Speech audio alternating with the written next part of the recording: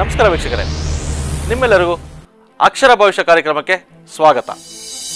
ನಮ್ಮ ಜೀವನದಲ್ಲಿ ಅಕ್ಷರಗಳು, ಸಂಖ್ಯೆಗಳು ಬಹಳ ಮುಖ್ಯವಾಗಿದೆ.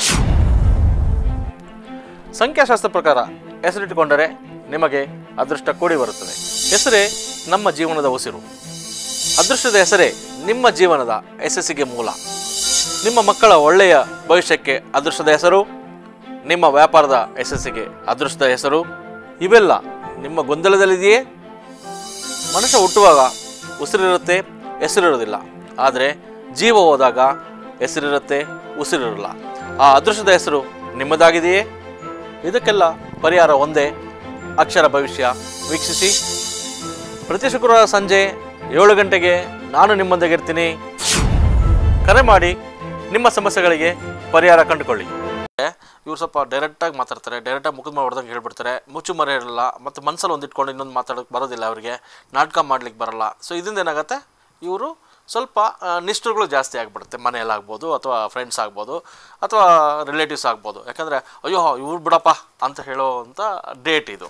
ಸೊ ನಿಜಾನೇ. ಹಾಗೆ ಈ ಡೇಟ್ನವ್ರನ್ನ ಎಲ್ಲರೂ ಸ್ವಲ್ಪ ದೂರ ಇಡೋದೇ ಆಗಿಬಿಡುತ್ತೆ. ಆದರೆ ಇವರ ಮನಸ್ಸನ್ನು ಯಾರೂ ಅರ್ಥ ಮಾಡ್ಕೊಳ್ಳಲ್ಲ. ಮನಸ್ಸು ಅಂತ ಹೇಳಿದ್ರೆ ತುಂಬ ಒಳ್ಳೆ ಮನಸ್ಸು ಇವ್ರಿಗೂ. ನಾವು 2ನೇ ತಾರೀಕುವರೆಗೆ 8ನೇ ತಾರೀಕುವರೆಗೆ ಆಗಲ್ಲ ಅಂತ ಯಾವಾಗ ನಾನು ಕಾರ್ಯಕ್ರಮ ಹೇಳ್ತಾ ಇರ್ತೀನಿ. 2ಕ್ಕೆ 8ಕ್ಕೆ ಆಗಲ್ಲ, 2 ಚಂದ್ರ ಮತ್ತು 8 ಶನಿ ಅಂತ. ಆದರೆ 2 ಮತ್ತು 8 ಕಂಪೇರ್ ಮಾಡಿದಾಗ ಇವರಿಬ್ಬರು ಕ್ಯಾರೆಕ್ಟರ್ ಒಂದೇ ಥರ ಇರುತ್ತೆ. ಅಂದರೆ 2ನೇ ತಾರೀಕವರು ಮುಖದ ಮೇಲೆ ಹೊಡೆದಾಗ ಮಾತಾಡಲ್ಲ, ಇವರು ಮುಖದ ಮೇಲೆ ಹೊಡೆದಾಗ ಮಾತಾಡ್ತಾರೆ. ಅಷ್ಟು ಬಿಟ್ಟರೆ ಮಿಕ್ಕಿದ ಮನಸ್ಸೆಲ್ಲ ಒಂದೇ ಥರನೇ ಇವರು. ಅಂದರೆ ಇವರು ಸ್ವಲ್ಪ ನೆಗೆಟಿವ್ ಥಿಂಕ್ ಮಾಡೋದು ಜಾಸ್ತಿ. 2ನೇ ತಾರೀಕವರು ಸ್ವಲ್ಪ ಸ್ಲೋ ಇದಿರ್ತಾರೆ. ಬಟ್ ಇವರು ಡೈರೆಕ್ಟಾಗಿ ಎಲ್ಲ ಹೇಳ್ಬಿಟ್ಟು ನೆಗೆಟಿವ್ ಜಾಸ್ತಿ ಥಿಂಕ್ ಮಾಡೋಕೆ ಹೋಗ್ಬಿಡ್ತಾರೆ. ಬೇಡ 2ನೇ ತಾರೀಕವರು ಸ್ಲೋ ಇರೋದ್ರಿಂದ ಅವ್ರೇನೋ ಅಂತ ಥಿಂಕ್ ಮಾಡಲ್ಲ. ಬಟ್ ಮನಸ್ಸು ಇಬ್ಬರದು ಒಂದೇನೆ ಅಂತ. ಅಂದರೆ ಈಗ 17ನೇ ತಾರೀಕು ಮನೇಲಿ ಹುಟ್ಟಿದ್ದಾರೆ ಅಂತ ಹೇಳಿದ್ರೆ ಒಂದು ಮಗು 17ನೇ ತಾರೀಕು, ಅಥವಾ ಒಂದು ಮಗು 2ನೇ ತಾರೀಕು ಅಂದಾಗ 2ನೇ ತಾರೀಕವರು ಅಯ್ಯೋ ಪಾಪ ಹೆಂಗೋ ಹೇಳ್ಬೋದು, ಹೇಳೋದು ಕೇಳ್ತಾನೆ ಅಂತ ಹೇಳ್ಬೋದು. ಬಟ್ 17ನೇ ತಾರೀಕು ಹೇಳೋದು ಕೇಳಲ್ಲ, ಅವ್ನಿಗೆ ಏನು ಕೇಳೋದು ಅದು ಕೊಡಲೇಬೇಕು, ಆನ್ ದ ಸ್ಪಾಟ್ ಕೊಡಬೇಕು ಅಂತ ಹೇಳ್ತಾರೆ. ಹಾಗೆ ಹೇಳಿದಾಗ ಇದು ಸ್ವಲ್ಪ ಡಿಫ್ರೆನ್ಷಿಯೇಟ್ ನಮ್ಮ ಪೇರೆಂಟ್ಸೇ ಮಾಡಿಬಿಡ್ತಾರೆ ಮಕ್ಕಳಿಗೆ. 8ನೇ ತಾರೀಕು ಅವ್ನು ಸ್ವಲ್ಪ ಕೋಪ ಜಾಸ್ತಿ, ಅಪ್ಪ ಅವನು ಆಟ ಜಾಸ್ತಿ, ಹೇಳಿ ಮಾತ್ಕೊಳ್ಳೋ. 2ನೇ ತಾರೀಕವರು ಖಂಡಿತ ಆಟ ಇರ್ತಾರೆ, ಕೋಪನೂ ಇರುತ್ತೆ ಅವ್ರಿಗೆ. ಆದರೆ 2ನೇ ತಾರೀಕವರು ಮನೇಲಿ ಮಾತ್ರ ಕೋಪ ಮಾಡ್ತಾರೆ, 8ನೇ ತಾರೀಕು ಹೊರಗಡೆ ಕೋಪ ಮಾಡ್ತಾರೆ, ಮನೇಲಿ ಕೋಪ ಮಾಡ್ಕೊತಾರೆ. ಇಷ್ಟೇ ಡಿಫ್ರೆನ್ಸು. ಅವರಿಬ್ಬರಲ್ಲೇ ಖಂಡಿತ ಮನಸ್ಸು ಮಾತ್ರ ತುಂಬ ಚೆನ್ನಾಗಿರುತ್ತೆ, ಮನಸ್ಸು ಮಾತ್ರ ತುಂಬ ಒಳ್ಳೆಯದು, ಕರಗೋ ಮನಸ್ಸು ಅಂತ ಹೇಳ್ಬಿಡ್ತೀವಿ. ಆದರೆ ಎಲ್ಲ ಏನು ಮಾಡ್ತಾರೆ, ಇವರೇನೋ ಡೈರೆಕ್ಟಾಗಿ ಮಾತಾಡಿದ್ರು, ಮುಖದ ಮಾಡೋದಂಗೆ ಹೇಳಿದ್ರು ಅಂತ ಹೇಳಿದಾಗ ಇವ್ರನ್ನ ಸ್ವಲ್ಪ ದೂರ ಇಟ್ಬಿಡ್ತಾರೆ. ಫ್ರೆಂಡ್ಶಿಪ್ಪು ಅಥವಾ ರಿಲೇಷನ್ಶಿಪ್ ಎಲ್ಲ ಅಯ್ಯೋ ಅವ್ರ ಹತ್ರ ಮಾತಾಡಿದ್ರೆ ಒಳ್ಳೇದಪ್ಪ, ಅವನ ಹತ್ರ ಮಾತಾಡಿದ್ರೆ ಒಳ್ಳೇದು, ಯಾಕಂದರೆ ಏನೋ ಒಂಥರ ಮಾತಾಡ್ಬಿಡ್ತಾನೆ, ಅವ್ನ ಮಾತೇ ಸರಿ ಇಲ್ಲ ಅಂತ ಹೇಳ್ಬಿಡ್ತಾರೆ. ಬಟ್ ಮಾತು ಸರಿ ಇಲ್ಲ ಅಂತ ಹೇಳಿದಾಗ ಅವ್ನ ಮನಸ್ಸು ಹೇಗಿದೆ ಅಂತ ಯೋಚನೆ ಮಾಡ್ಬೇಕು ಜನ. ಮನಸ್ಸು ಬಗ್ಗೆ ಯೋಚನೆ ಮಾಡೋದು. ಬಟ್ ಆ ಪೇರೆಂಟ್ಸೇ ಆಗ್ಬೋದು, 2ನೇ ತಾರೀಕು ಅವರು 8ನೇ ತಾರೀಕು ಅಪ್ಪ ಇಬ್ಬರು ಒಳ್ಳೆ ಮಕ್ಕಳಪ್ಪ ಅಂತ ಹೇಳೋ ರೀತಿಯಲ್ಲಿದ್ದಾಗ ಈ ಮಕ್ಕಳು, ಯಾಕಂದರೆ ಈ 8ನೇ ತಾರೀಕು ಅವರು 17ನೇ ತಾರೀಕು ಕೊಟ್ಟರೋರು ಟಕ್ ಅಂತ ಹೇಳ್ತಾರೆ ಮುಖದ ಹೊಡೆದಂಗೆ, ಹಾಗೆ ಕೈಯಲ್ಲಿ ಏನಿದೆ ಅದು ಬಿಸಾಕ್ಬಿಡ್ತಾರೆ. ಕೈಯಲ್ಲಿ ಬಿಸಾಕ್ಬಿಡ್ತಾರೆ, ಕೈಯಲ್ಲಿ ಹೊಡೆದು. ಅಂದರೆ ಈ ಮನೇಲಿ 17ನೇ ತಾರೀಕು ಎಲ್ಲಿದ್ದಾರೆ ಆ ಮಕ್ಕಳು, ಅಥವಾ ಅವ್ರು ಸ್ವಲ್ಪ ದೊಡ್ಡವರಾದರೂ, ಅಥವಾ ಹೆಂಡ್ತಿನೇ ಆಗ್ಬೋದು, ರಿಮೋಟ್ ಕೈಯಲ್ಲಿದ್ರೆ ರಿಮೋಟ್ ಎತ್ತು ಹೊಡೆದಾಕ್ತಾರೆ, ಮೊಬೈಲ್ ಇದ್ದರೆ ಮೊಬೈಲ್ ಹೊಡೆದಾಕ್ತಾರೆ, ಆಮೇಲೆ ಪಾತ್ರೆ ಇದೆ ಪಾತ್ರೆ ಕುಕ್ಕೋದು, ಇದೆಲ್ಲ ಖಂಡಿತ ಇದ್ದೇ ಇರುತ್ತೆ.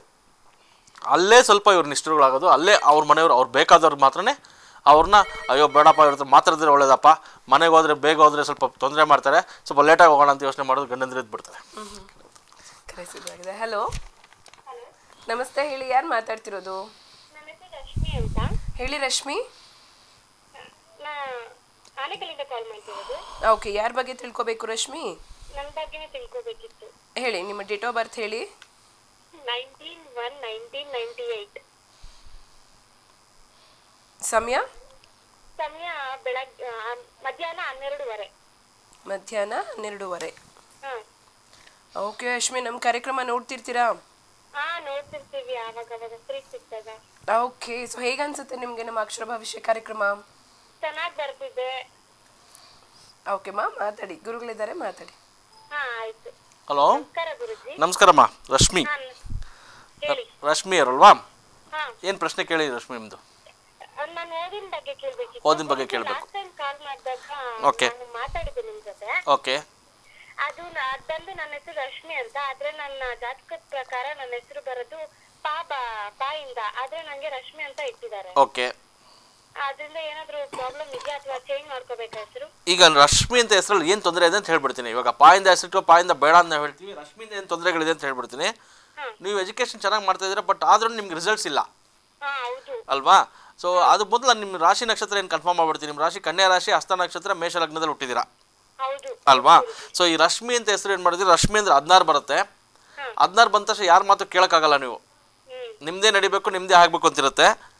ಹಾಗೆ ಎಜುಕೇಷನ್ ತುಂಬ ಎಫರ್ಟ್ ಆಗ್ತೀರಾ, ಬಟ್ ರಿಸಲ್ಟ್ಸ್ ಬರಲ್ಲ. ನಾನು 90% ಮಾಡಿದ್ದೀನಮ್ಮ, ಖಂಡಿತ ಬರುತ್ತೆ ಅಂದಾಗ ಅಲ್ಲಿ 70% ಬಂದ್ಬಿಡುತ್ತೆ ನಿಮಗೆ. ಸೊ ಅದೇ ಒಂದು ಕೊರಗು ಜಾಸ್ತಿ ಆಗಿಬಿಡುತ್ತೆ ರಶ್ಮಿ ಅವರಿಗೆ. ಸೊ ಈ ರಶ್ಮಿ ಹೆಸರು ಸ್ವಲ್ಪ ಸ್ಲೋ ಮಾಡುತ್ತೆ, ಬೆಳಗಿನ ಜಾವ ನಿದ್ದೆ ಮಾಡೋದು, ರಾತ್ರಿ ಸ್ವಲ್ಪ ಎದ್ದಿರೋದು, ಸ್ವಲ್ಪ ಈ ಥರ ಮಾಡಿಬಿಡುತ್ತೆ ರಶ್ಮಿ ಅವರಿಗೆ. ಸೊ ಅದಕ್ಕೋಸ್ಕರ ರಶ್ಮಿ ಹೆಸರು ಬದಲಾವಣೆ ಮಾಡ್ಕೊಬೇಕು ಅಂತ ಲಾಸ್ಟ್ ಟೈಮ್ ಹೇಳಿದೆ ಅಂತ ಕಾಣುತ್ತೆ ನಾನು. ಸೊ ಬದಲಾವಣೆ ಮಾಡ್ಕೊಂಡ್ರೆ ತುಂಬ ಒಳ್ಳೆಯದು. ಹಾಗೆ ರಶ್ಮಿ ಅಂತ ಹೆಸರಿದ್ದಾಗ ಲೇಟ್ ಮ್ಯಾರೇಜ್ ಆಗಿಬಿಡುತ್ತಮ್ಮ ನಿಮಗೆ. ಲೇಟ್ ಮ್ಯಾರೇಜ್ ಆಗುತ್ತೆ, ಮದುವೆ ಆಗೋದು ಲೇಟ್ ಆಗಿಬಿಡುತ್ತೆ. ಸೊ ಮದುವೆ ಲೇಟ್ ಆಗುತ್ತೆ, ಮತ್ತು ಸ್ಕಿನ್ ಪ್ರಾಬ್ಲಮ್ಸ್ ಅಂತ ಬಂದ್ಬಿಡುತ್ತೆ, ಸ್ಕಿನ್ ಅಲರ್ಜಿ ಅಂತ ಬಂದ್ಬಿಡುತ್ತೆ. ಅದು ನೋಡ್ಕೊಬೇಕು. ರಶ್ಮಿ ಹೆಸರೇ ಬದಲಾವಣೆ ಮಾಡ್ಕೊಂಡಾಗ ಈ ಸ್ಕಿನ್ ಪ್ರಾಬ್ಲಮ್ ಇರ್ಬೋದು, ಅಥವಾ ಲೇಟ್ ಮದುವೆ, ಅಯ್ಯೋ ನನಗೆ ಈಗ ಮದುವೆ ಆಗೋದು ಬೇಡ, ನೀವು ಈಗಲೇ ಶುರು ಮಾಡಿಬಿಡ್ತೀರ, ನಾನು ಈಗಲೇ ಮದುವೆ ಆಗಲ್ಲ, ಇನ್ನು ಸ್ವಲ್ಪ ದಿವಸ ಹೋಗಲಿ, ನಾನೆಲ್ಲ ಸ್ಟಡಿ ಮಾಡಬೇಕು, ಒಂದು ಒಳ್ಳೆ ಕೆಲಸಕ್ಕೆ ಹೋಗಬೇಕು, ಈ ಥರ ಯೋಚನೆ ಮಾಡಿಬಿಟ್ಟು ಮದುವೆ ಮುಂದೆ ಹಾಕೊಂಡು ಹೋಗ್ಬಿಡ್ತೀರಾ. ನನ್ನ ತಂಗಿ ಇದೆ, ತಂಗಿನ ಮಾಡಿಬಿಡಿ, ತಮ್ಮನ ಮದುವೆ ಆಮೇಲೆ ಮಾಡ್ಕೊತೀನಿ ಅಂತ ಹೇಳ್ಬಿಡ್ತೀರಾ. ಸೊ ಇದೇ ಅದಕ್ಕೋಸ್ಕರ ರಶ್ಮಿ ಹೆಸರು ಬದಲಾವಣೆ. ಯಾಕಂದ್ರೆ ಹುಡುಗಿರಿಗೆ ಹೆಣ್ಮಕ್ಳಿಗೆ ಮಾತ್ರ ಕರೆಕ್ಟ್ ಟೈಮ್ಗೆ ಮದುವೆ ಆಗ್ಬಿಟ್ರೆ ತುಂಬ ಒಳ್ಳೇದಲ್ವಾ. ಸೊ ಅದಕ್ಕೋಸ್ಕರ ನೇಮ್ ಬದಲಾವಣೆ, ಹೆಸರು ಬದಲಾವಣೆ ಖಂಡಿತ ಒಳ್ಳೆಯದು. ಅದ್ರ ಜೊತೆಗೆ ನೀವೇನು ಮಾಡ್ಕೊಬೇಕು, ಈಶ್ವರ ಆರಾಧನೆ ಜಾಸ್ತಿ ಮಾಡಿ, ಅದ್ರ ಜೊತೆಗೆ ಪಾರ್ವತಿ ಆರಾಧನೆ ಮಾಡಬೇಕು. ಇದೆರಡು ಮಾಡ್ತಾ ಬನ್ನಿ. ಹಾಗೆ ಎಡಗೈ ಉಂಗುರದ ಬೆರಳಿಗೆ ಒಂದು ರೂಬಿ ಹಾಕ್ಕೊಳ್ಳಿ. ರೂಬಿ ಮಾಣಿಕ್ಯ ಅಂತ ಹೇಳ್ತೀವಲ್ಲ, ಅದು ಎಡಗೈ ಉಂಗುರದ ಬೆರಳಿ. ಹಾಗೆ ನಿಮ್ಮ ಎಜುಕೇಷನ್ ಕಂಪ್ಲೀಟ್ ಮಾಡಲಿಕ್ಕೆ ಎಡಗೈ ಕಿರು ಬೆರಳಿಗೆ ಒಂದು ಪಚ್ಚೆ ಹಾಕ್ಕೊಳ್ಳಿ, ಖಂಡಿತ ಒಳ್ಳೇದಾಗತ್ತಮ್ಮ. ಸೊ ರಶ್ಮಿ ಅಂತ ಹೆಸರು 16 ಬರೋದನ್ನ ನಾನು ಹೇಳ್ತಾ ಇರ್ತೀನಿ. 7 ಅಂದರೆ ಸನ್ಯಾಸಿಗಳು ಅಂತ ಹೇಳ್ಬಿಡ್ತೀರಲ್ಲಮ್ಮ. ಸೊ ಈ 16 ಹೆಸರು ಬಂದಾಗ ಯಾರೇ ಇಟ್ಕೊಂಡ್ರು ಸ್ವಲ್ಪ ಲೇಟ್ ಮ್ಯಾರೇಜ್ ಆಗಿಬಿಡುತ್ತೆ ನೋಡಿ. ಡೇಟ್ ಆಫ್ ಬರ್ತ್ ಚೆನ್ನಾಗಿದ್ರೂ ಲೇಟ್ ಮ್ಯಾರೇಜ್ ಆಗಿಬಿಡುತ್ತೆ. ಸೊ ಅದು ಕಷ್ಟಗಳು ಕೊಡ್ಬೇಕಾಗುತ್ತೆ. ಸೊ ಅದಕ್ಕೋಸ್ಕರ ಹೆಸರು ಬದಲಾವಣೆ ಒಳ್ಳೆಯದು ಅವ್ರಿಗೆ. ಹಾಗೆ ಇವರು ನಾನು ಹೇಳ್ತಾ ಇದ್ದೆ 17ನೇ ತಾರೀಕು ಸ್ವಲ್ಪ ಕೋಪಿಸ್ಟರಿಂದ ಎಲ್ಲ ಇವರು ಸ್ವಲ್ಪ ದೂರ ಇಟ್ಬಿಡ್ತಾರೆ. ಅದಕ್ಕೆ ಇವ್ರಿಗೆ ಸ್ವಲ್ಪ ಹಿತಶತ್ರುಗಳು ಜಾಸ್ತಿ, ಜೊತೆಗಿರೋರೇ ಕಾಲು ಎಳೆದ್ಬಿಡ್ತಾರೆ ಇವ್ರಿಗೆ. ಸೊ ಮನೇಲೂ ಅಷ್ಟೇ, ನನ್ನ ಮನೇಲಿ ಹೇಳಿದೆ ಪೇರೆಂಟ್ಸೇ ಸ್ವಲ್ಪ ಡಿಫ್ರೆನ್ಷಿಯೇಟ್ ಮಾಡಿಬಿಡ್ತಾರೆ ಅಂತ ಹೇಳಿದೆ.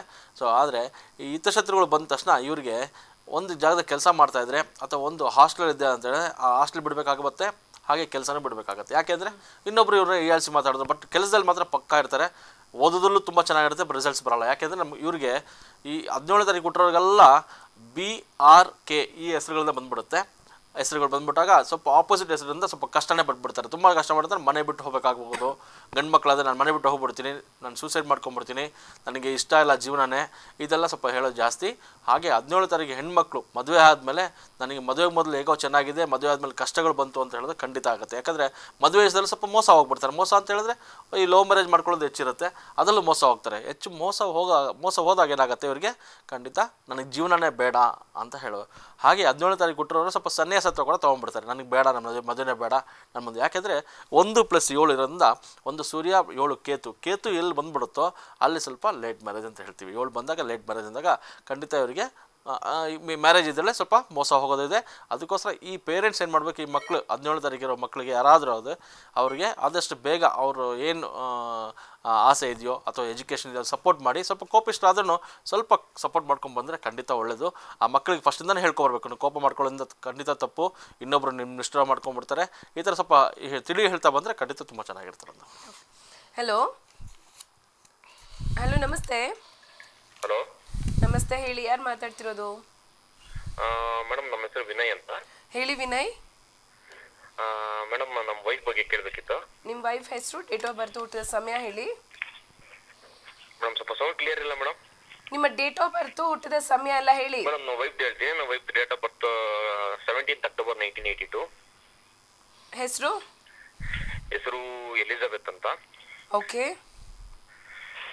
ಮೇಡಮ್ ಅವ್ರ ಬಗ್ಗೆ ಸ್ವಲ್ಪ ಕೇಳಬೇಕಿತ್ತು ಮೇಡಮ್. ಸಮಯ ಹೇಳಿ. ಮೇಡಮ್ ಸಮಯ ಬೆಳಗಿನ ಜಾವ 5:15 ಮೇಡಮ್, ಭಾನುವಾರ. ಓಕೆ, ಇಲ್ಲಿಂದ ಕರೆ ಮಾಡ್ತಿದ್ದೀರಾ? ನಾವು ಪೀಣ್ಯ ಬ್ಯಾಂಗ್ಳೂರಿಂದ ಮೇಡಮ್. ಓಕೆ, ಮಾತಾಡಿ, ಗುರುಗಳಿದ್ದಾರೆ. ಹಲೋ, ನಮಸ್ಕಾರ ವಿನಯ್ ಅವರೇ. ಸರ್ ಆಕ್ಚುಲಿ ನಮ್ಮ ವೈಫ್ ಬಗ್ಗೆ ಕೇಳಬೇಕಿತ್ತು. ಓಕೆ, ಏನು ಹೆಲ್ತ್ ಇಶ್ಯೂಸ್ ಇದೆಯಾ ಅವ್ರಿಗೇನಾದರೂ? ಹೆಲ್ತ್ ಇಶ್ಯೂ ಅಂತದ್ದೇ ದೊಡ್ಡದೇನಿಲ್ಲ, ಸಣ್ಣ ಪುಟ್ಟ ಮಾಮೂಲಿ ತಲೆನೋವು, ಮೈಗ್ರೇನ್ ಆ ಥರ ಇದೆ. ಓಕೆ, ಅವ್ರ ಬಗ್ಗೆ ಏನು ತಿಳ್ಕೊಬೇಕು ಹೇಳಿ. ಸರ್ ಅದೇ ಅವ್ರು ಸ್ವಲ್ಪ ಕೋಪು ಸ್ವಭಾವ, ಆಗಾಗ ಸಣ್ಣ ವಿಷಯನೂ ಕೋಪಿಸ್ಕೋತಾರೆ. ಈಗಾಗಲೇ ಜಸ್ಟ್ ನಾನು ಅದ್ರ ಬಗ್ಗೆ ಮಾತಾಡಿದ್ದು. 17ನೇ ತಾರೀಕು ಹೆಣ್ಮಕ್ಳು ಇದ್ಬಿಟ್ರೆ ಮದುವೆ ಆದ್ಮೇಲೆ ಸ್ವಲ್ಪ ಕಷ್ಟಗಳು, ಕೋಪ ಯಜಮಾನ್ರೆ ದೂರ ಇಟ್ಬಿಡ್ತಾರೆ ಅಂತ ಹೇಳ್ಬಿಟ್ಟೆ ನನಗೀಗ. ಇದು ನಿಜಾನೇ ಇದೆ ಆ್ಯಕ್ಚುಲಿ. ಪಾಪ ಅವ್ರು ನೋಡಿ, ನೀವು ಅವ್ರನ್ನ ಕೋಪ ಬಿಟ್ಟು ಒಂದು ಪೊಸಿಷನ್ ಚೆಕ್ ಮಾಡಿ, ತುಂಬ ಒಳ್ಳೆಯವರು, ಮನಸ್ಸು ತುಂಬಾ ಒಳ್ಳೆಯವರು, ತುಂಬಾ ಸಪೋರ್ಟಿವ್ ನೇಚರ್. ಎಸ್ ಎಸ್ ಯಾರೇ ಗುರುತು ಪರಿಚಯ ಇಲ್ದವರು ಬಂದ್ರು ಸಪೋರ್ಟ್ ಮಾಡ್ತಾರೆ. ಮಾಡ್ಕೊಂಡು ಏನಾದ್ರು ಸಹಾಯ ಮಾಡ್ಬೇಕು ಅನ್ನೋ ಅಷ್ಟು ಇದ್ದಿದೆ ಅವ್ರಿಗೆ, ಹೆಲ್ಪಿಂಗ್ ನೇಚರ್ ಇದೆ. ಬಟ್ ಏನಂದ್ರೆ ಸಣ್ಣ ಸಣ್ಣ ವಿಚಾರ ಬಂದಾಗ ಬೇಗ ಕೋಪಿಸ್ಕೊಳ್ಳೋದು. ಮುಂದಕ್ಕೆ ನಾ ಹೇಳ್ಬಿಡ್ತೀನಿ ಬಿಡಿ. ಓಕೆ, ಈ 17 ತಾರೀಕು ಬಗ್ಗೆ ಈಗ ಜಸ್ಟ್ ಮಾತಾಡಿದೆ, ಯಾಕಂದ್ರೆ ಇವ್ರು 17 ಅಂದರೆ 8 ಟೋಟಲ್ ಮಾಡಿದಾಗ 2 ಬರುತ್ತೆ. ಅವ್ರು ಎಷ್ಟು ಕೋಪಿಸ್ಟ್ರೋ ಅಷ್ಟೇ ಕೂಲ್ ಮನುಷ್ಯರು, ಅಂದರೆ ಒಂದೇ ನಿಮಿಷ ಕೂಲ್ ಆಗಿಬಿಡ್ತಾರೆ. ಬಟ್ ಆ ಮೂಮೆಂಟಲ್ಲಿ ಏನು ಮಾಡಿದಾರೋ ಅವ್ರಿಗೆ ಗೊತ್ತಿಲ್ಲ, ನಿಮಗೆ ಚೆನ್ನಾಗಿ ಗೊತ್ತಾಗಬೇಕು. ಅಯ್ಯೋಪ್ಪ ಏನಪ್ಪ ಹಿಂಗೆ ಅಂತ. ಈಗಾಗಲೇ ಹೇಳಿದೆ, ಯಜಮಾನ್ರು ಸ್ವಲ್ಪ ಮನೆ ಬರೋದು ಲೇಟ್ ಮಾಡಿಬಿಡ್ತಾರೆ. ಈ ಥರ ಹೆಣ್ಮಕ್ಳು ಇದ್ಬಿಟ್ರೆ ಅಯ್ಯೋ ಮನೆಗೆ ಹೋದ್ರೆ ಯಾಕೋ ಒಂದು ಸ್ವಲ್ಪ ಏನೋ ಹಿಡಿತ ಮಾಡಿಬಿಡ್ತಾರೆ, ಸ್ವಲ್ಪ ಲೇಟಾಗಿ ಹೋದ್ರೆ ಒಳ್ಳೇದು ಅಂತ ಅನ್ಸ್ಕೊಂಡ್ಬಂದ್ಬಿಡ್ತಾರೆ ಯಜಮಾನ್ಗಳು. ಇದು ಪ್ರಾಕ್ಟಿಕಲ್ ಹೇಳ್ತಾ ಇರೋದು ವಿನಯ್. ನಾನು ನಿಮ್ಮ ಬಗ್ಗೆ ಅಥವಾ ನಿಮ್ಮ ಮಿಸಸ್ ಬಗ್ಗೆ ಹೇಳ್ತಾರಲ್ಲ, ಈ ಡೇಟ್ ಆಫ್ ಬರ್ತ್ ಬಗ್ಗೆ ಹೇಳ್ತಾ ಇರೋದು, ಆಯ್ತಾ? ಸೊ ಈ ಥರ ತೊಂದರೆ ಮಾಡೋದ್ರಿಂದ 12th ಅಕ್ಟೋಬರ್ ಸರ್, ನಮ್ದು ಅವ್ರದ್ದು 5 ದಿನ ಹೆಚ್ಚು ಕಮ್ಮಿ ಅಷ್ಟೇ. 12th October. ಓಕೆ, ನೀವು ಲವ್ ಮ್ಯಾರೇಜ್ ಇರ್ಬೇಕು ನಿಮ್ಮದು? ಹೌದು ಸರ್, ಲವ್ ಮ್ಯಾರೇಜ್. ಓಕೆ, ನೋಡಿ 12th ಅಕ್ಟೋಬರ್ ಅಂತ ಹೇಳಿದ ತಕ್ಷಣ ನೀವು ಅವ್ರು 17, ನೀವು 12. ನಾವು ಹೇಳ್ತೀವಿ ಕಾರ್ಯಕ್ರಮ 8ಕ್ಕೆ 3ಕ್ಕೆ ಆಗಲ್ಲ ಅಂತ ಹೇಳ್ತಾ ಇರ್ತೀವಿ. ಸೊ ಅವಾಗ ನೀವಿಬ್ರು ಅನ್ಯೋನ್ಯತೆಗಿರೋದು ತುಂಬಾನೇ ಕಷ್ಟ ಆಗ್ಬಿಡುತ್ತೆ. ಎಷ್ಟು ಇಷ್ಟಪಟ್ಟು ಮದುವೆ ಮಾಡ್ಕೊಂಡ್ರು ಅಷ್ಟು ಕಷ್ಟಪಟ್ಟು ಬಿಡ್ತೀರಾ ಅಂತ. ಸೊ ಅವಾಗ ಏನಾಗುತ್ತೆ, ಖಂಡಿತ ಇದರಲ್ಲೇ ನಿಮ್ಗೆ ತೊಂದರೆ ಆಗುತ್ತೆ ಅಂತ ಹೇಳಲ್ಲ.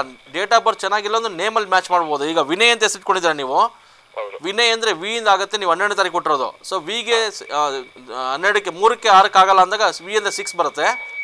ಅವಾಗ ನೀವು ಕಷ್ಟಪಡಬೇಕಾಗತ್ತೆ, ನಿಷ್ಠುರವಾಗತ್ತೆ, ಮನೆಯಿಂದ ಹೊರಗಡೆ ಬರಬೇಕಾಗತ್ತೆ. ಈ ತೊಂದರೆಗಳು ಜಾಸ್ತಿ ಆಗೋದ್ರಿಂದ ವಿನಯ್ ಅವರೇ name change is A must, ಇಬ್ಬರಿಗೂ ಅಷ್ಟೇ. ಸೊ ನೇಮ್ ಚೇಂಜ್ ಮಾಡಿಕೊಂಡ್ರೆ ಖಂಡಿತ ತುಂಬ ಚೆನ್ನಾಗಿರ್ತೀರಾ. ಜೊತೆಗೆ ಈಗ ನೇರವಾಗಿ ಕಾರ್ಯಕ್ರಮದಲ್ಲಿ ತುಂಬ ಕಷ್ಟ ಇದೆಲ್ಲ ಹೇಳೋದು, ನೇರ ಬಂದಾಗ ನಾವು ತಿಳಿಸ್ಕೊಡ್ತೀವಿ ನಿಮ್ಮಲ್ಲಿ ಏನೇನಾಗಿದೆ, ಏನೇನಾಗುತ್ತೆ, ಏನು ಪ್ರಾಬ್ಲಮ್ ಆಗಿದೆ, ಇದೆಲ್ಲ ಸ್ವಲ್ಪ ತಿಳಿಸ್ಕೊಟ್ಟಾಗ ನಿಮ್ಗೆ ಅರ್ಥ ಆಗುತ್ತೆ ಏನು ಅಂತ, ಸಂಖ್ಯಾಶಾಸ್ತ್ರ ಏನು ಅಂತ ಅರ್ಥ ಆಗುತ್ತೆ. ಅದಕ್ಕೋಸ್ಕರ ಆದಷ್ಟು ನೇರವಾಗಿ ಬಂದು ಭೇಟಿ ಮಾಡಿ. ಇಬ್ಬರು ಹೆಸರು ಚೇಂಜ್ ಮಾಡಿಕೊಂಡ್ರೆ ಖಂಡಿತ ಒಳ್ಳೆದು. ಜೊತೆಗೆ ನಿಮ್ಮ ಡೇಟ್ ಆಫ್ ಮ್ಯಾರೇಜ್ ಕೂಡ ತಪ್ಪಿರ್ಬೋದು ಅಂತ ಕಾಣುತ್ತೆ. ಡೇಟ್ ಆಫ್ ಮ್ಯಾರೇಜ್ ಗೊತ್ತಾ ನಿಮಗೆ ವಿನಯ್? 29 ಡಿಸೆಂಬರ್. ಅಂದರೆ ಈ 29 ಅಂದರೆ 2ನಲ್ಲೇ ವೀಕ್ ನಂಬರ್ ಅಂತ ಹೇಳ್ತೀವಿ. ಇದು ನಿಮ್ಗೆ ಕಷ್ಟ ಕೊಟ್ಬಿಡುತ್ತೆ, ಅನ್ಯೋನ್ಯತೆ ಕೊಡಲ್ಲ, ಒಟ್ಟಾಗಿರೋ ಬಿಡೋದಿಲ್ಲ, ಏನೋ ತೊಂದರೆ ಕೊಡ್ತಾ ಇರುತ್ತೆ. ಮಕ್ಕಳಾಗಿದ್ದೀರ? ಎಷ್ಟು ಜನ ಮಕ್ಕಳು? 2 ಮಕ್ಕಳು. ಹೆಣ್ಮಕ್ಳಾ? ಓಕೆ. ಸೊ ಹೇಗಿದೆ ಹೆಲ್ತ್ ವೈಸ್, ಹೇಗಿದೆ ಮಕ್ಕಳಿಗೆ? ಎಂತ? Okay okay. ನೋಡಿ, ಈ ಡೇಟ್ ಆಫ್ ಮ್ಯಾರೇಜಿಂದ ಮುಂದಕ್ಕೆ ನಿಮ್ಮ ಮಕ್ಕಳಿಗೆ ಹೆಲ್ತ್ ವೈಸ್ ಕೂಡ ಖಂಡಿತ ಪ್ರಾಬ್ಲಮ್ ಕೊಡುತ್ತೆ. ಇದಕ್ಕೆ ನಾವು ಮರುಮಾಂಗಲ್ಯ ಧಾರಣೆ ಅಂತ ಹೇಳ್ತೀವಿ. ಅದನ್ನು ನೀವು ನೇರವಾಗಿ ಬಂದಾಗ ತಿಳಿಸ್ಕೊಡ್ತೀವಿ. ಹೇಳಿ. ಹಾಂ. ಸೊ ಇದು ಹೆಲ್ತ್ ಇಶ್ಯೂಸ್ ನಾನು ಹೇಳಿದೆ, ಮಕ್ಕಳಿಗೆ ಹೆಲ್ತ್ ಇಶ್ಯೂಸ್ ಏನಾದರೂ ತೊಂದರೆ ಇರ್ಬೋದು ಅಂತ.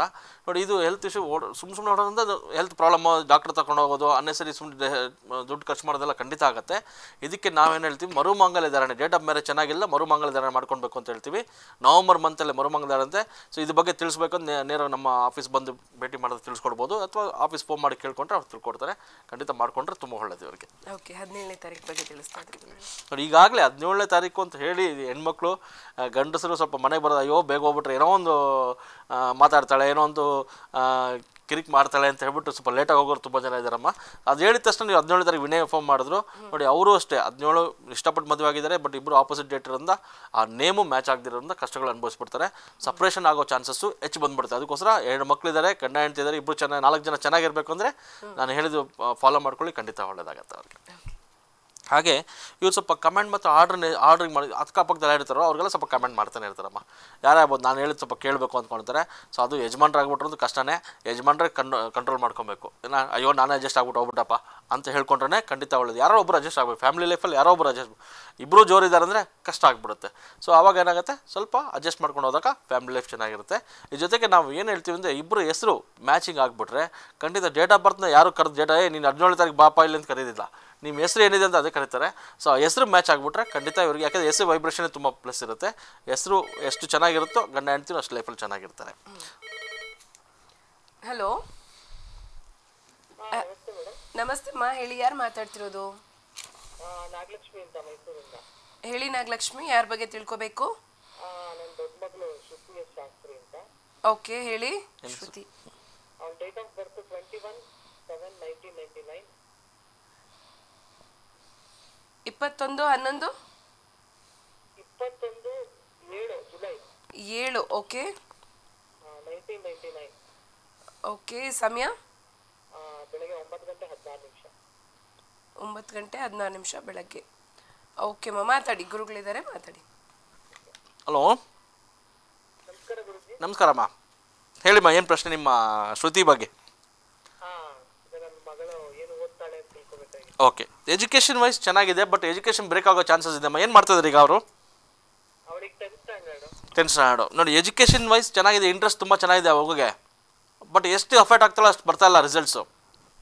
ಸೊ ಏನಾಗುತ್ತೆ, ಶ್ರುತಿ ಅಂತ ಹೆಸರು 26ರಲ್ಲಿದೆ ಅಮ್ಮ. ಶ್ರುತಿ ಅಂತ ಹೆಸರು 26ರಿಂದ ಸ್ವಲ್ಪ ಟೆನ್ಷನ್ ಜಾಸ್ತಿ. ಈಗಾಗಲೇ ನಾನು 17ನೇ ತಾರೀಕು ಬಗ್ಗೆ ಹೇಳ್ತಾರೆ, ಆ ಸಿಮ್ಟಮ್ಸ್ ಎಲ್ಲ ಜಾಸ್ತಿ ಇವರಲ್ಲಿರುತ್ತೆ. ಸೊ ಅದಕ್ಕೋಸ್ಕರ ಶ್ರುತಿ ಹೆಸರು ಬದಲಾವಣೆನೇ ತುಂಬ ಒಳ್ಳೆಯದು. ಹೆಸರು ಬದಲಾವಣೆ ಮಾಡ್ಕೊಂಡು ತುಂಬ ಚೆನ್ನಾಗಿರುತ್ತೆ. ಬಟ್ ಎಜುಕೇಷನ್ ತುಂಬ ಇಂಟ್ರೆಸ್ಟ್ ಇದೆ, ತುಂಬ ಚೆನ್ನಾಗಿ ಇಂಟ್ರೆಸ್ಟ್ ತೋರಿಸ್ತಾರೆ. ಬಟ್ ರಿಸಲ್ಟ್ಸ್ ಬಂದಾಗ ಸ್ವಲ್ಪ ಕಡಿಮೆನೇ. ನನ್ನ ಮಗಳು ಎಲ್ಲ ಫಸ್ಟ್ ರ್ಯಾಂಕ್ ಬರಬೇಕಾಗಿತ್ತು ಅಂದರೆ ಸೆಕೆಂಡ್ ಥರ್ಡ್ ರ್ಯಾಂಕ್ ಬರಬೇಕು. ಹಾಗೆ ಅಂತ ಹೇಳ್ಬಿಟ್ಟು ತುಂಬ ಕಡಿಮೆ ಅಂತಲೇ ಹೇಳಲ್ಲ, ತುಂಬ ಜಾಸ್ತಿನೂ ಹೇಳೋಕ್ಕಾಗಲ್ಲ. ಇವ್ರು ಎಕ್ಸ್ಪೆಕ್ಟ್ ಮಾಡೋದಷ್ಟು ಬರೋಕ್ಕಾಗಲ್ಲ. ಓಕೆ, ಸೊ ಶ್ರುತಿ, ಹಲೋ, ಶ್ರುತಿ ಅಂತ ಏನಂತ ಕರಿತೀರ? ಏನಂತ ಕರಿತೀರಮ್ಮ? ಶ್ರುತಿ ಎಸ್ ಶಾಸ್ತ್ರಿ ಅಂತ ಕರಿತೀರಾ ನೀವು ಅವ್ರನ್ನ? ಅಲ್ಲ, ಶ್ರುತಿ ಕರೆಯುತ್ತೆ. ನಮ್ಮ ವೈಬ್ರೇಷನ್ ಸೌಂಡ್ ಕೇಳೋದು ನಮ್ಮ ಶ್ರುತಿ ಇದ್ದಾನೆ, ಶ್ರುತಿ ಅಂತಾನೆ ಎಲ್ಲರೂ ಕರೀತಾರೆ. ಅಲ್ಲಲ್ಲ, ಸ್ಪೆಲ್ಲಿಂಗ್ ಚೇಂಜ್ ಮಾಡೋದ್ರಿಂದ ಏನೂ ಆಗಲ್ಲ. ಇವಾಗ 100 ರೂಪಾಯಿ ನೋಟ್ರಲ್ಲೇ 100 ರೂಪಾಯಿ ನೋಟೇ ಅಲ್ಲಮ್ಮ, ಅದ್ರಲ್ಲಿ ಎಕ್ಸ್ಟ್ರಾ ಒಂದು 0 ಹಾಕಿದ್ರೆ 1000 ರೂಪಾಯಿ ಆಗತ್ತಾ? ಖಂಡಿತ ಆಗಲ್ಲ. ಸೊ ಶ್ರುತಿನೇ ವೈಬ್ರೇಷನ್ ಅದೇ ಇರುತ್ತೆ. ಸೊ ಅದಕ್ಕೋಸ್ಕರ ಹೆಸರು ಬದಲಾವಣೆ ತುಂಬ ಒಳ್ಳೇದು ಇವರಿಗೆ.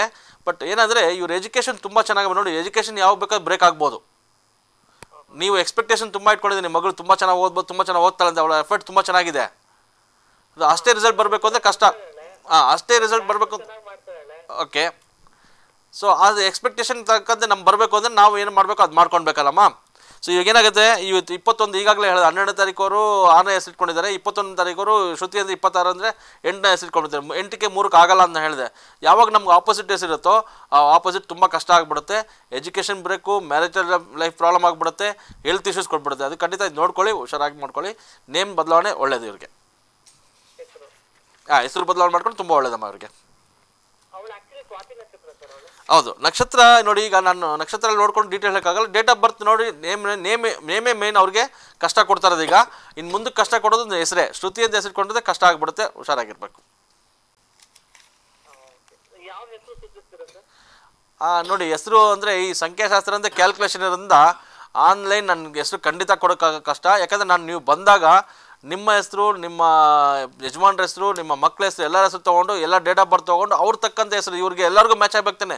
ಬರೀ ನಿಮ್ಮೊಬ್ಬರಿಗೆ ಮ್ಯಾಚ್ ಆಗ್ಬಿಟ್ರೆ ಕಷ್ಟ ಅಲ್ವಾ? ಸೊ ಎಲ್ಲರ ಹೆಸರು ತೊಗೊಂಡು ಅವ್ರಿಗೊಂದು ಒಳ್ಳೆ ಹೆಸರು ಸೂಚನೆ ಮಾಡೋದೇ ನಮ್ಮ ಇದು.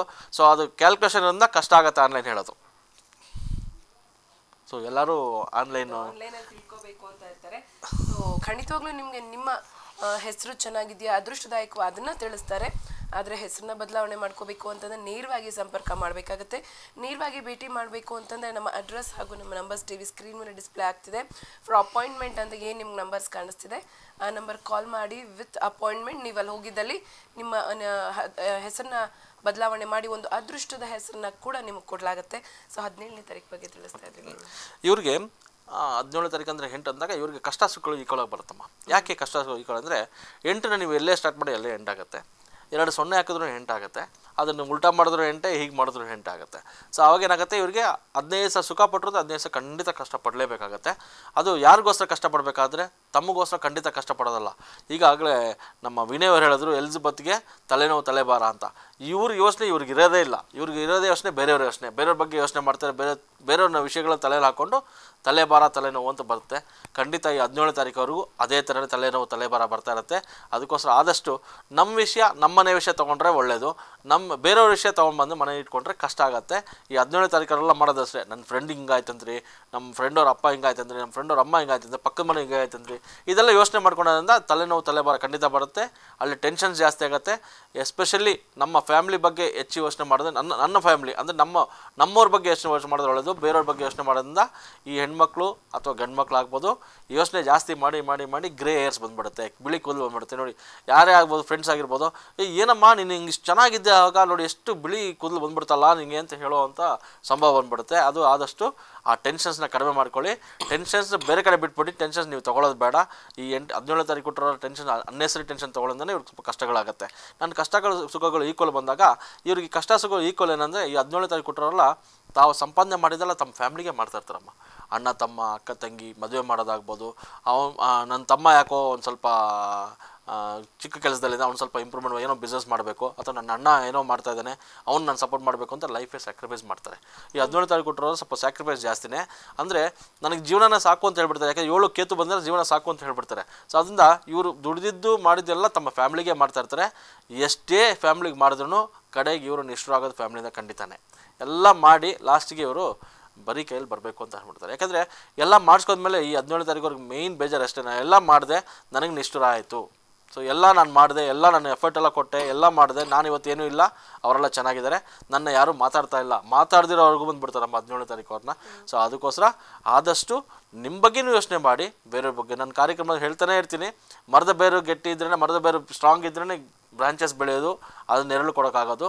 ಸೊ ನೀವು ವೀಕ್ ಆಗ್ತಾ ಹೋಗಿದ್ರೆ ಖಂಡಿತ ನೀವು ನಿಮ್ಮನ್ನ ವೀಕ್ ಮಾಡಿಬಿಡ್ತಾರೆ ಜನ ಹೊರತು ನೀವು ಖಂಡಿತ ಇಂಪ್ರೂವ್ ಆಗೋಕ್ಕಾಗಲ್ಲ. ಸೊ ಅದನ್ನು ಸ್ವಲ್ಪ ಯೋಚನೆ ಮಾಡೋದು ಒಳ್ಳೆಯದು. ಹಾಗೆ ಮದುವೆ ವಿಷಯದಲ್ಲಿ ನಾನು ಹೇಳಿದೆ, ಇವರು ಸ್ವಲ್ಪ ಮೋಸ ಹೋಗೋದು ಜಾಸ್ತಿ ಇದೆ. ಲವ್ ಮ್ಯಾರೇಜ್ ಮಾಡ್ಕೊತಾರೆ. ಲವ್ ಮ್ಯಾರೇಜ್ ಮಾಡ್ಕೊಂಡು ಎಷ್ಟು ಇಷ್ಟಪಟ್ಟು ಮಾಡ್ಕೊಂಡು ಮನೆಯವರೆಲ್ಲ ನಿಷ್ಠುರ ಮಾಡ್ಕೊಂಡು ಮನೆ ಬಿಟ್ಟು ಓಡಿ ಬಂದು ಮದುವೆ ಮಾಡ್ಕೊತಾರೆ ಮ್ಯಾಕ್ಸಿಮಮ್ ಇವರು. ಆದ್ರೇನು ಯಾವತ್ತಿಗೂ ಇವರು ಮನೆ ಬಿಟ್ಟು ಹೊರಗಡೆ ಬಂದು ಮದುವೆ ಮಾಡ್ಕೊಂಡಾಗ ಲೈಫ್ ಚೆನ್ನಾಗಿರಲ್ಲ. ಆವಾಗ ಇವ್ರ ವೀಕ್ನೆಸ್ ಅವರಲ್ಲಿರುತ್ತೆ. ಅದು ಗಂಡು ಆಗ್ಬೋದು ಹೆಣ್ಣು ಆಗ್ಬೋದು. ಗಂಡು ಓಡಿ ಬಂದ ಮನೆಯಿಂದ ಇವರಿಂದ ಬಂದ ಹುಡುಗಿಯಿಂದ ಬಂದ ಅಂದರೆ ಅವ್ರ ಮನೆಯಲ್ಲೇ ಬೆಳಿಬೇಕಾಗತ್ತೆ. ಅಥವಾ ಅವ್ರ ಮನೇಲಿ ಇಟ್ಕೊಂಡಾಗ ನೀನೇನು ಇಲ್ಲ, ನೀನೇನು ತಂದಿಲ್ಲ, ನನ್ನ ಮನೆ ಬೆಳೀತಾ ಇದೆಯಾ ಅಂತ ಹೇಳುವಂಥ ಹೆಣ್ಮಕ್ಳು ಇದ್ದಾರಮ್ಮ ಈಗ. ಸೊ ಅದರಿಂದ ಸಪ್ರೇಷನ್ ಹೆಚ್ಚು ಜಾಸ್ತಿ ಆಗೋದಿದೆ. ನಾವು ಹೇಳ್ತಾ ಇದ್ದೀವಿ 4, 5, 7, 8ಗೆ ಮದುವೆ ಆದರೆ ಖಂಡಿತ ಸಪ್ರೇಷನ್ಸ್ ಇರುತ್ತೆ ಅಂದರೆ 17 ಅಂದ್ರೂ 8 ಬರುತ್ತೆ. ಸೊ ಅದರಿಂದ ಆ 17 ತಾರೀಕು ಮದುವೆ ಆದ್ರೂ ಇವ್ರ ಕಷ್ಟಗಳು ಅನುಭವಿಸ್ಬಿಡ್ತಾರೆ, ಸಪ್ರೇಷನ್ ಜಾಸ್ತಿ ಆಗಿಬಿಡುತ್ತೆ. ಅದಕ್ಕೋಸ್ಕರ ಆ 17 ತಾರೀಕು ಕೊಟ್ಟಿರೋರೆಲ್ಲ ಲವ್ ಮ್ಯಾರೇಜ್ ಮಾಡ್ಕೊಬೇಕು ಅಂದರೆ ದೊಡ್ಡ ಹಿರಿಯರು ಎಲ್ಲ ಹೇಳ್ಕೊಂಡು ಒಂದು ಆಶೀರ್ವಾದ ತೊಗೊಂಡು ಮದುವೆ ಮಾಡಿಕೊಂಡ್ರೆ ನಾಳೆ ನಿಮ್ಮಿಬ್ಬರಲ್ಲಿ ಏನು ತೊಂದರೆ ಆದ್ರೂ ಮಧ್ಯಸ್ಥಿಕೆಯಲ್ಲೇ ದೊಡ್ಡವರು ಬರ್ತಾರೆ. ದೊಡ್ಡವರು ಬಂದು ಒಂದು ನ್ಯಾಯ ಮಾಡಿ ನಿಮ್ಮಿಬ್ಬರು ಕೂಡ್ಸೋಕ್ಕಾಗತ್ತೆ. ನೀವು ಯಾವಾಗ ಮದುವೆ ಮಾಡ್ಕೊಂಡು ಲವ್ ಮ್ಯಾರೇಜ್ ಮಾಡ್ಕೊಂಡು ಓಡೋದು ಅಂದರೆ ಖಂಡಿತ ಯಾರು ಬರೋಲ್ಲ. ಅಯ್ಯೋ ಯಾಕಪ್ಪ ಭಯ, ಆ ಹುಡುಗಿ ಯಾಕೋ ಸೂಸೈಡ್ ಮಾಡ್ಕೊತೀನಿ ಅಂತ ಹೋದ್ಲು, ನಾವು ಹೋದ್ರೆ ನಾವೆಲ್ಲಿ ಸಿಕ್ಕಾಕೊಂತೀವಿ ಅಂತ ಯೋಚನೆ ಮಾಡಿಬಿಡ್ತಾರೆ. ಸೊ ಅದು 17 ತಾರೀಕು ಕೊಟ್ಟರಲ್ಲ ಸ್ವಲ್ಪ ಯೋಚನೆ ಮಾಡೋದ್ರಿಂದ ಒಳ್ಳೆಯದು. ಹಾಗೆ ಇವ್ರು ಸ್ವಲ್ಪ ಜಿಪುಣರು ಹೌದು. ಬಟ್ ನೋಡಿ ಎಲ್ಲ ಸ್ಯಾಕ್ರಿಫೈಸ್ ಮಾಡ್ತಾರೆ ಅಂತ ಹೇಳಿದೆ, ಬಟ್ ಆದ್ರೆ ಜಿಪುಣರು ತಾವು ಕೂಡಿಸಿದೆಲ್ಲ ಇನ್ನೊಬ್ಬರಿಗೆ ಅಂದರೆ ತಮ್ಮ ಫ್ಯಾಮಿಲಿಗೆ ಮಾಡೋವಂಥ ಯೋಗ ಇರುತ್ತೆ. ಸೊ ಅದಕ್ಕೋಸ್ಕರ ಕೇರ್ಫುಲ್ ಆಗಿರಬೇಕು. ಇವರು ಸ್ವಲ್ಪ ಜಿಪುಣರು ಅಂದಾಗ ಹಣ ಸ್ವಲ್ಪ ಕೂಡ್ಸೋದೇ ಮಾಡ್ತಾ ಇರ್ತಾರೆ ಇವರು. ಆದ್ರೂ ಬೇರೆ ಥರ ಹಣ ಮಾಡೋದಕ್ಕೆ ಹೋಗ್ಬಿಡ್ತಾರಮ್ಮ ಇವರು. ಸ್ವಲ್ಪ ಸೆಕೆಂಡ್ ಇದಂತ ಹೇಳ್ತಾರೆ, ಬೇರೆ ಥರ ಹಣ ಮಾಡೋಕ್ಕೂ ಹೋಗ್ಬಿಡ್ತಾರೆ.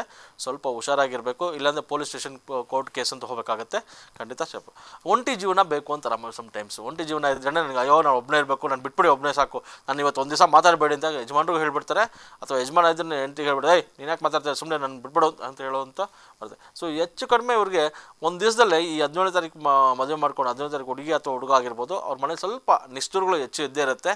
ಆ ನಿಷ್ಠುರಗಳನ್ನು ತೆಗೆದಾಕ್ಬಿಟ್ಟು ಸಂಸಾರ ಜೀವನ ಚೆನ್ನಾಗಿರಬೇಕು, ನಮ್ಮ ಮಕ್ಕಳು ನಾವು ಚೆನ್ನಾಗಿರ್ಬೇಕು ಅಂತ ಯೋಚನೆ ಮಾಡಿದ್ರೆ ಲೈಫಲ್ಲಿ ತುಂಬ ಚೆನ್ನಾಗಿರ್ತಾರಮ್ಮ ಅವರು. ಹಾಗೆ ಇವರಿಗೆ ಲಕ್ಕಿ ಟಿಪ್ಸ್ ಅಂತ ಹೇಳೋದಾದ್ರೆ ಇವರು ಆದಷ್ಟು 1, 10, 19 ಈ ಡೇಟಲ್ಲೇ 5, 14, 23, 6, 15, 24 ಈ ಡೇಟ್ ಯಾವುದೇ ಕೆಲಸ ಮಾಡೋದು ಸಕ್ಸಸ್ ಆಗುತ್ತೆ. ಆದಷ್ಟು 2, 4, 8 ಯಾವುದು ಕೆಲಸ ಮಾಡೋದು ಬೇಡ. ಸೊ 2ಕ್ಕೆ 8ಕ್ಕೆ ಆಗಲ್ಲ ಅಂತ ನಾವು ಹೇಳ್ತಾ ಇರ್ತೀವಿ. ಸೊ 2ನೇ ತಾರೀಕು ಯಾವುದು ಕೆಲಸ ಮಾಡಬಾರ್ದು, 4ನೇ ತಾರೀಕು ಮಾಡಬಾರ್ದು, 8ನೇ ತಾರೀಕು ಮಾಡೋದು. ಈ ಕೆಲಸಗಳು ಮಾಡಿದ್ದು ಖಂಡಿತ ಅವ್ರಿಗೆ ಫೇಲ್ಯೂರ್ ಆಗಿರುತ್ತೆ. ಅಥವಾ ನಾನು ಪರವಾಗಿಲ್ಲಪ್ಪ ಮಾಡೋದು 2ನೇ ತಾರೀಕು ನಡೀತಾ ಇದೆ ಅಂತ ಹೇಳಿದ್ರೆ ಖಂಡಿತ ಬಿದ್ದೋಗುತ್ತೆ ಅದು. ಸೊ ಅದರಿಂದ ಆ ಡೇಟಲ್ಲಿ ಯಾವುದೋ ಒಳ್ಳೆ ಕೆಲಸ ಮಾಡೋದು ಬೇಡ.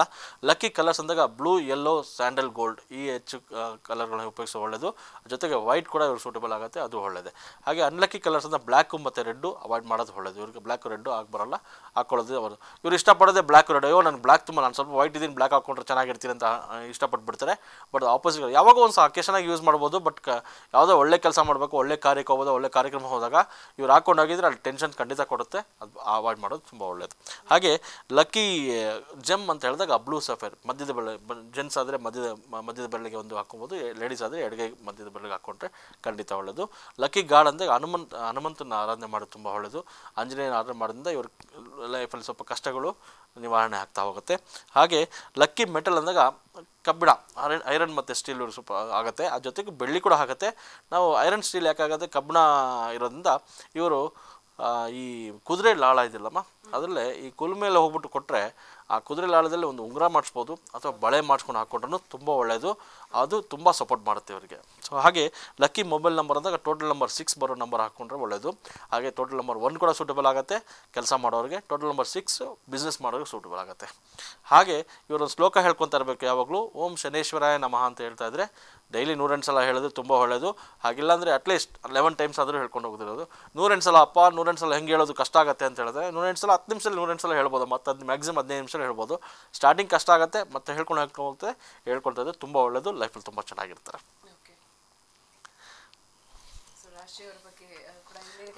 ಕೆಲವು ಸಂಚಿಕೆಗಳಿಂದ ರಾಶಿಗಳ ಬಗ್ಗೆ ಕೂಡ ಹೇಳ್ತಾ ಇದ್ರೆ, ಈ ದಿನ ಇವತ್ತು ಮಕರ ರಾಶಿಯವ್ರ ಬಗ್ಗೆ.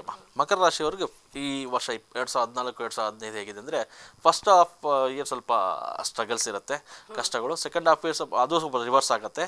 ಹಾಗೆ ಗಂಡ ಹೆಂಡತಿ ನಡುವೆ ಸ್ವಲ್ಪ ಅನ್ಯೋನ್ಯತೆ ಕಡಿಮೆ ಆಗುತ್ತೆ, ಗಂಡ ಹೆಂಡತಿ ನಡುವೆ ಸ್ವಲ್ಪ ಸಪ್ರೇಷನ್ ಅಂತ ಕೂಡ ಆಗೋ ಚಾನ್ಸಸ್ ಇದೆ. ಸೊ ಅದು ಹುಷಾರಾಗಿ ನೋಡ್ಕೊಬೇಕು. ಹಾಗೆ ಮನೆ ಚೇಂಜ್ ಮಾಡುವ ಸಾಧ್ಯತೆಗಳು ಜಾಸ್ತಿ ಇರುತ್ತೆ ಈ ಮಕರ ರಾಶಿಯವರು. ಹಾಗೆ ಮ್ಯಾರೇಜ್ ಆಗಲಿಲ್ಲ ಅಂತ ಇದ್ರಲ್ಲ, ಅವ್ರದ್ದು ಮದುವೆ ಇನ್ನು ಮುಂದೆ ಹೋಗುತ್ತೆ, ಮದುವೆ ಆಗೋದು ಸ್ವಲ್ಪ ಲೇಟ್ ಆಗ್ಬೋದು. ಹಾಗೆ ಸ್ವಲ್ಪ ಸೀರಿಯಸ್ ಹೆಲ್ತ್ ಪ್ರಾಬ್ಲಮ್ಸ್ ನಮ್ಮ ಕ್ಲೋಸ್ ರಿಲೇಟಿವ್ಸ್ ಯಾರಾದರೂ, ಅಮ್ಮ ಆಗ್ಬೋದು, ಅಪ್ಪ ಆಗ್ಬೋದು, ದೊಡ್ಡಮ್ಮ ಚಿಕ್ಕಬೋದು, ಸೀರಿಯಸ್ ಹೆಲ್ತ್ ಪ್ರಾಬ್ಲಮ್ ಇರುತ್ತೆ. ಅದರಿಂದ ಇವರು ಸ್ವಲ್ಪ ಟೆನ್ಷನ್ ಜಾಸ್ತಿ ಆಗುತ್ತೆ ಈ ಮಕರ ರಾಶಿಯವರಿಗೆ. ಹಾಗೆ ಸರ್ವಿಸ್ ಮಾಡ್ತಾ ಇರೋರು ದೂರ ಹೋಗಿ ಕೆಲಸ ಮಾಡೋರುತ್ತೆ. ಹಾಗೆ ಫೈನಾನ್ಷಿಯಲ್ ಪ್ರಾಬ್ಲಮ್ ಸ್ವಲ್ಪ ಜಾಸ್ತಿನೇ ಇರುತ್ತೆ, ಈ ಮಕರ ರಾಶಿಯವರಿಗೆ. ಹಾಗೆ ಬಿಸ್ನೆಸ್ ಮಾಡೋರಿಗೆ ಸ್ವಲ್ಪ ಶತ್ರುಗಳು ಜಾಸ್ತಿ ಆಗಿಬಿಡ್ತಾರೆ. ಹಾಗೆ ಬಿಸ್ನೆಸ್ಸಲ್ಲಿ ಆ್ಯಾವ್ರೇಜ್ ಪ್ರಾಫಿಟ್ ಅಂತ ಹೇಳ್ತೀವಲ್ಲ, ಎಷ್ಟೇ ಕಷ್ಟಪಟ್ಟರು, ನಾನು ಎಷ್ಟೇ ಮಾಡಿದ್ರು, ಎಷ್ಟೇ ಎಫರ್ಟ್ ಆಗಿದ್ರು ಇಷ್ಟೇ ಪ್ರಾಫಿಟ್ ಬಂತು ಅಂತ ಹೇಳ್ಬೋದು, ಆ್ಯಾವ್ರೇಜ್ ಪ್ರಾಫಿಟ್ ಇದೆ. ಹಾಗೆ ಅನ್ನೆಸರಿ ಎಕ್ಸ್ಪೆನ್ಸಸ್, ನಾನು ತುಂಬ ಕೋಟಿ ದುಡ್ಡು ಅದು ಸ್ವಲ್ಪ ಖರ್ಚಾಗ್ತದೆ ಅಂದರೆ ಅನ್ನೆಸರಿ ಎಕ್ಸ್ಪೆನ್ಸಸ್ ಜಾಸ್ತಿ ಆಗುತ್ತೆ. ಸೊ ಇದೆಲ್ಲ ತೊಂದರೆಗಳಿಂದ ಮಕರ ರಾಶಿಯವರು ಏನೇನು ಮಾಡ್ಕೊಬೇಕು ಅಂದರೆ, ಶನೀಶ್ವರ ದೇವಸ್ಥಾನಕ್ಕೆ ಹೋಗಬೇಕು. ಅದು ಶನಿ ತ್ರಯೋದಶಿ ದಿವಸ ಹೋಗಿ ತೈಲಾಭಿಷೇಕ ಮಾಡಿಸೋದ್ರಿಂದ ಇವರಿಗೆ ಸ್ವಲ್ಪ ಕಷ್ಟಗಳು ದೂರ ಆಗುತ್ತೆ. ಹಾಗೆ ದುರ್ಗಾ ಸ್ತೋತ್ರ, ರಾಹು ಸ್ತೋತ್ರ ಹೆಚ್ಚು ಹೇಳ್ಕೊತಾ ಇರಬೇಕು. ಹಾಗೆ ಮಂಗಳವಾರ ದಿವಸ ಕಾರ್ತಿಕೇಯನಿಗೆ ಹಾಲಾಭಿಷೇಕ ಮಾಡಿಸಿದ್ರೆ ಒಳ್ಳೆಯದು, ಸುಬ್ರಹ್ಮಣ್ಯಂಗೆ ಹಾಲಾಭಿಷೇಕ ಮಾಡಿಸಿದ್ರೆ ಒಳ್ಳೆಯದು.